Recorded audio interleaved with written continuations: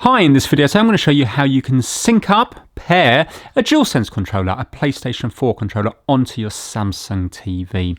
Now, if you were to do this via the gaming app, for example, the Xbox app, it talks you through how to do it. But if you just want to do it on the settings of the TV, I'm going to show you how to do that right now.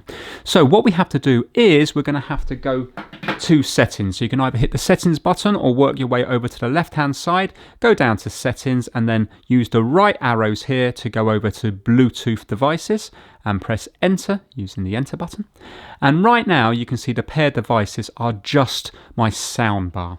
We need to put this into pairing mode. To do that, we're going to hold down the share button and also the PlayStation button at the same time. If we do it both at the same time, you might end up pressing this one first and then it's not going to work. So what I always do is hold down the share button now. You can see the controller's off, so it's not going to affect anything. Then hold down the PlayStation button. Hold them down for quite a few seconds. It will turn itself on and it will go into pairing mode. You can see it's now flashing here. We can now let go. That is now in pairing mode. So you might wonder why it's not up here. It's not up here because it's showing the soundbar. Move up or down and then you will see it should come up with wireless controller needs pairing. So hit the enter button and it says pair and connect. Hit the enter button again and then it's going to connect and you will find it will go to solid blue. And you can watch a tutorial if you haven't done it before. It is worth looking at that. But right now you can see now that the controller is now working.